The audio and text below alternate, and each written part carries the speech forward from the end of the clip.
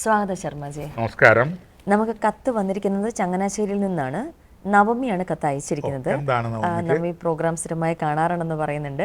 ജ്യോതിഷപരമായ വളരെ കാര്യങ്ങൾ മനസ്സിലാക്കുവാൻ കഴിയുന്നു ഇതുമൂലം. എനിക്കിപ്പോൾ അറിയേണ്ടത് എൻ്റെ ജാതകത്തിൽ എന്തെങ്കിലും തരത്തിൽ പ്രശസ്തിയിലേക്ക് നയിക്കുന്ന യോഗങ്ങളുണ്ടോ എന്നാണ്. ഞാൻ കലാരംഗത്ത് പ്രവർത്തിക്കുന്ന ഒരാളാണെന്നാണ്. കലാരംഗത്ത് പ്രവർത്തിക്കുന്നവർക്ക് പ്രശസ്തി ഇല്ലെങ്കിൽ അതെ ഒക്കത്തില്ലല്ലോ. പ്രശസ്തി ഉണ്ടായിട്ട് തന്നെ പറ്റുന്നില്ല. കലാവല്ലഭയോഗം ചില ഗ്രഹങ്ങൾ സമ്മേളിക്കുമ്പോൾ കലായോഗവും അതിൽ കേമത്വം വരേണ്ടതിന് വല്ലഭയോഗവും രണ്ടും കൂടെ വരുമ്പോൾ കലാവല്ലഭയോഗങ്ങളും അതാത് കാലഘട്ടങ്ങളിൽ ഉള്ള മർത്യർക്ക് രസിക്കുവാൻ ഉള്ള സംഗീതവാദ്യ നൃത്തങ്ങളെ കൊണ്ട് ശോഭിച്ച് ഹൃദയകാവ്യങ്ങളേറെ ചമച്ചിടും.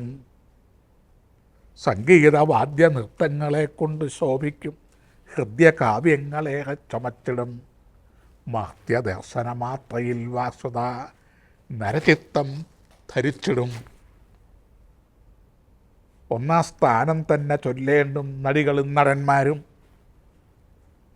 അവനുടെ കൂലിക്കാരെ നിയന്ത്രിക്കും നായകനും ജാലവിദ്യക്കാർക്കും എന്നീ ലക്ഷണമുണ്ടെന്ന് ചൊല്ലിയിടണം. ആ ഗ്രഹങ്ങളുടെ നിപ്പനുസരിച്ച് ധന്യരാം ചിത്രകാരന്മാരും, അതായത് മോഡേൺ കാർട്ടൂണിസ്റ്റുകൾ, നമുക്ക് പറയാതെ തന്നെ ഒരു കഥ പറയാതെ തന്നെ ആ കാർട്ടൂൺ കാണുമ്പോൾ അറിയാം ഇത് ഇന്നതാണ് അദ്ദേഹം ഉദ്ദേശിച്ചിരിക്കുന്നത്. ഒരു നർമ്മരസത്തോടു കൂടി അത് കാണും, അത് ഫലിക്കും. ദീർഘവീക്ഷണത്തോടു കൂടിയാണ്, 2 വരയെ കാണുള്ളൂ. പക്ഷെ അത് കറക്റ്റായിരിക്കും. അനുഭവത്തിൽ ദീർഘദർശികളായിരിക്കും.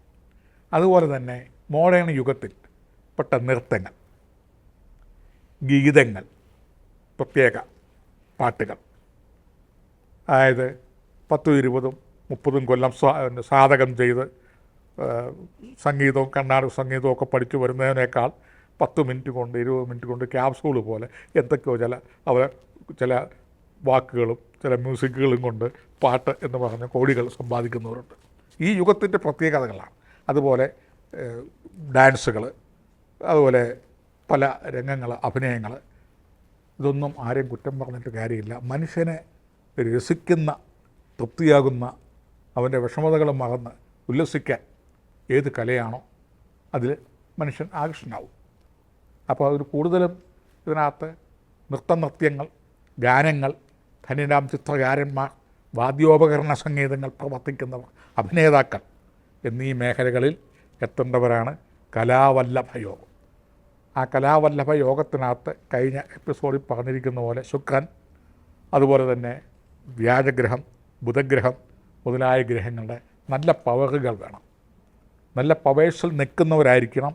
അതിൽ എനിക്കെന്തെങ്കിലും പ്രശസ്തിയിലേക്ക് വരുന്ന യോഗങ്ങളുണ്ടോ എന്ന് ചോദിച്ചാൽ ഏത് ഫീൽഡിൽ നിൽക്കണമെന്നുണ്ടെങ്കിലും അവിടെ ഗുരു എന്ന് പറഞ്ഞാൽ വ്യാഴഗ്രഹം ബലിഷ്ഠനായിരിക്കണം. അങ്ങനെ വ്യാഴഗ്രഹം ബലിഷ്ഠമാണെങ്കിൽ 1000 ദോഷത്തെ ഗുരു ഹന്തിക്കുന്നതാണ്. 1000 ദോഷമുണ്ടെങ്കിലും വ്യാഴഗ്രഹം അതിനെ മാറ്റിയെടുക്കും. പക്ഷേ നമ്മുടെ ഇദ്ദേഹത്തിൻ്റെ ചോദ്യകർത്താവിൻ്റെ ജാതക ഗ്രഹനിലയിൽ വ്യാഴഗ്രഹം 11ാം ഡിഗ്രിയിൽ നിൽക്കുന്നത് കൊണ്ട് മങ്ങലുണ്ട്, മൗഢ്യമുണ്ട്. 1000 ദോഷത്തെ തട്ടിക്കളയേണ്ട ആ ഗുരു 11ാം രാശിയിൽ ഡിഗ്രിയിൽ സൂര്യഗ്രഹവുമായി 11 ഡിഗ്രിയിൽ മൗഢ്യത്തിൽ നിൽക്കുന്നതിനാൽ 150% ഈ കലാവല്ലഭയോഗം യോജിക്കുകയുള്ളൂ. 1ാം സ്ഥാനത്ത് വരുന്ന കലാകാരൻ അല്ല കലാകാരി ആവില്ല, 2ാം സ്ഥാനവും ആവില്ല, 3ാമത്തെ സ്ഥാനം കിട്ടും. ഇതാണ് സംഭവം. ഏത് ഫീൽഡ് ഉള്ള കലയാണെങ്കിലും ശരി, പാട്ടോ നൃത്തമോ അഭിനയമോ എന്തായിരുന്നാലും 1ാം സ്ഥാനമില്ല.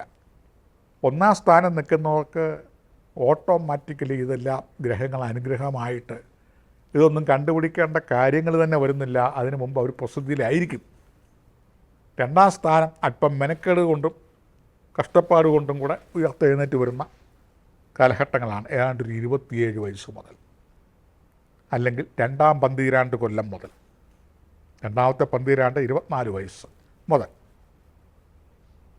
മൗഢ്യഗ്രഹം 50% മൗഢ്യമായിട്ടാണ് നിൽക്കുന്നതെങ്കിൽ 12-3 3 പന്തീരാണ്ട് കഴിയണം. ചുരുക്കത്തിൽ 37-40 മധ്യേ അവർ കീർത്തിയും പദവിയും ഒക്കെ ഉണ്ടാവും. ഇദ്ദേഹത്തിന് 37 വയസ്സ് മുതൽ 40-നുള്ളിലായി നിലവിലുള്ള ചട്ടക്കൂട്ടിൽ ഒതുങ്ങുന്നുണ്ട്. അതിൽ പോപ്പുലറാവും. പക്ഷേ 50% പരമാവധി അത് ഡെവലപ്പ് ചെയ്യാൻ എന്ത് ചെയ്യണം? വ്യാജഗ്രഹത്തെ പുഷ്ടിപ്പെടുത്തണം. ദൈവവിശ്വാസിയെങ്കിൽ വിഷ്ണു ക്ഷേത്ര ദർശനം വ്യാഴാഴ്ച ചെയ്യുക. കഴിവതും യെല്ലോ കളർ മഞ്ഞ വസ്ത്രം ധരിക്കുന്നതും വ്യാഴാഴ്ച ദിവസം നല്ലത്. മഞ്ഞ വസ്ത്രം ദാനം ചെയ്യുന്നതും സാധുക്കൾക്ക് മഞ്ഞ വസ്ത്രം കൊടുക്കുന്നതും നല്ലത്. ഇത് കൂടാതെ തന്നെ ഓരോരുത്തരുടെ ജാതക നിലയിൽ വ്യാഴത്തിൻ്റെ എത്ര രശ്മി ബലമുണ്ടെന്ന് അറിഞ്ഞിട്ട് അതിനനുസരിച്ചുള്ള പൂജാവിധികൾ, ഹോമവിധികൾ, രത്നവിധികൾ, ഇങ്ങനെ വിവിധങ്ങളുണ്ട്. അവയെല്ലാം കൂടെയും ചെയ്ത് മുന്നോട്ട് പോകാം. ഒരു 75% രണ്ടാം സ്ഥാനത്ത് എത്തത്തക്ക നിലയിൽ വരും. എന്നാൽ അങ്ങനെ എത്തി എന്ന് വിചാരിച്ച് അവിടെ കൂടുതൽ സന്തോഷിക്കരുത്. ഇടയ്ക്കിടയ്ക്ക് പുതുക്കിക്കൊണ്ടിരിക്കണം ഈ പ്രതിവിധികൾ. അത് ശരീരം ചെക്കപ്പ് ചെയ്യുന്ന പോലെ. ഇപ്പോൾ ക്ഷീണമൊന്നുമില്ല, ഉന്മേഷമായി ജോലി ചെയ്യുന്നു എന്നൊക്കെ കണ്ടുകൊണ്ട് നിർത്തരുത്. എക്സസൈസും മരുന്നുകളും ഒന്നും വീണ്ടും പരിശോധിച്ചുകൊണ്ടിരിക്കണം. അല്ലാത്തവർക്ക് ജന്മനാ തന്നെ ഈ യോഗ നിലകളെല്ലാം ഉണ്ട്. പ്രത്യേകിച്ച് പ്രതിവിധിയൊന്നും ചെയ്യണ്ട. അവർ ഓട്ടോമാറ്റിക്കലി തന്നെ അവർക്ക് നേരം പോലും കാണത്തില്ല ഇതൊന്നും അന്വേഷിക്കാൻ പോലും. അതുപോലെ തിരക്കായിരിക്കും. ഒരു ദിവസം 4-5 പ്രോഗ്രാം, 8-10 പ്രോഗ്രാം. എന്താണ് അവരവർ രംഗത്ത് നിൽക്കുന്നത് അതുപോലും കാണാനോ കേൾക്കാനോ രുചിക്കാനോ മണക്കാനോ സ്പർശിക്കാനോ പോലും അവസരമില്ലാത്ത ധൃതിയോടുകൂടി പോകുന്നവരായിരിക്കും. അവരുടെ ഗ്രഹങ്ങൾ അതുപോലെ പവർഫുള്ളായിരിക്കും. പക്ഷേ അവർക്ക് മറ്റ് പല കാര്യങ്ങളിൽ ശ്രദ്ധിക്കാനോ മനസ്സ് സന്തോഷിക്കാനോ അവസരം കൊടുക്കില്ല. അവർക്കൊന്ന് സന്തോഷിക്കണ്ടേ ഈ തിരക്കുള്ള ആളുകൾക്ക്, കലാകാരന്മാർക്ക്, കലാകാരികൾക്ക്, വാദ്യോപകരണത്തിന് മിടുക്കർ, ആത്മനിഷ്ഠികൾ, അതുപോലെ തന്നെ ആ ശ്ലോകപ്രകാരമുള്ള 64 കലകൾ, അതുപോലെ തിരക്കുള്ളവർക്ക് അവർക്കൊന്ന് ആനന്ദിക്കാനുള്ള യോഗം അവർക്ക് കാണത്തില്ല. ഒരു പാട്ട് കേൾക്കണം, പറ്റില്ല. ജോലി എടുക്കാൻ പോകണം, നേരം ഒരു സിനിമ കാണണം, അവർക്ക് പറ്റില്ല. ഞാൻ അഭിനയിച്ച പടമൊന്ന് കാണണം, നടക്കുന്നില്ല. അപ്പോൾ വേറെ അഭിനയിക്കാൻ പോവുക. നേരത്തെ കാശ് മേടിച്ചു പോയി അഭിനയിക്കാതിരിക്കാൻ പറ്റുമോ? മഴയാ, കിടന്നുറങ്ങാൻ പറ്റുമോ? പറ്റത്തില്ല. സന്തോഷങ്ങൾ പലതും അവരുപേക്ഷിച്ചാണ് മറ്റുള്ളവരെ സന്തോഷിപ്പിക്കുന്നത്. എന്നോടൊരു വലിയൊരു ഹാസ്യനടൻ പറഞ്ഞതാണ്, വളരെ പ്രസിദ്ധനായ, നമുക്കെല്ലാവർക്കും അറിയാവുന്ന, മറ്റുള്ളവരെ സന്തോഷിപ്പിക്കുന്നവന് കണ്ണീരേ ഉള്ളത്. സത്യമാണ്. അന്വേഷിച്ച് കഴിഞ്ഞപ്പോൾ പറഞ്ഞ ആളിന് വരെ 2-3 പേര് പറഞ്ഞു അവർക്കൊക്കെ ഇതായിരിക്കും ഫലം. മറ്റുള്ളവരെ സന്തോഷിപ്പിക്കുമ്പോൾ അവനവന് കണ്ണീര് എന്ന് പറഞ്ഞ പോലെ ഈ കലയിൽ ഉയരാൻ പരമാവധി 2ാം സ്ഥാനം വരെ എത്താൻ ഈ പറഞ്ഞ വ്യാഴപ്രീതികരങ്ങളായ പൂജകൾ, ഹോമവിധികൾ, രത്നങ്ങൾ, ഒരിക്കലുകൾ, വഴിപാടുകൾ, പുഷ്പാർച്ചനകൾ, ദാനധർമ്മങ്ങൾ ഇവയെല്ലാം ചെയ്യാം. കൂടുതൽ ആൾക്കാരെങ്കിൽ നേരിൽ വരികയോ പ്രശ്നവിധി എടുത്ത് നോക്കുകയോ ചെയ്തിട്ട് ധാരാളം പ്രതിവിധികൾ പറയുന്നുണ്ട്. അതിൻ്റെ കൂടാതെ നമ്മൾ വർക്ക് ചെയ്യുകയും ബുദ്ധിയും യുക്തിയും കാലോചിതപരമായ എല്ലാ കാര്യങ്ങളും ചെയ്യുകയും വേണം. ഇപ്രകാരമൊക്കെ നോക്കി രക്ഷപ്പെട്ടെന്ന് കണ്ടാൽ വീണ്ടും കത്തയക്കുക.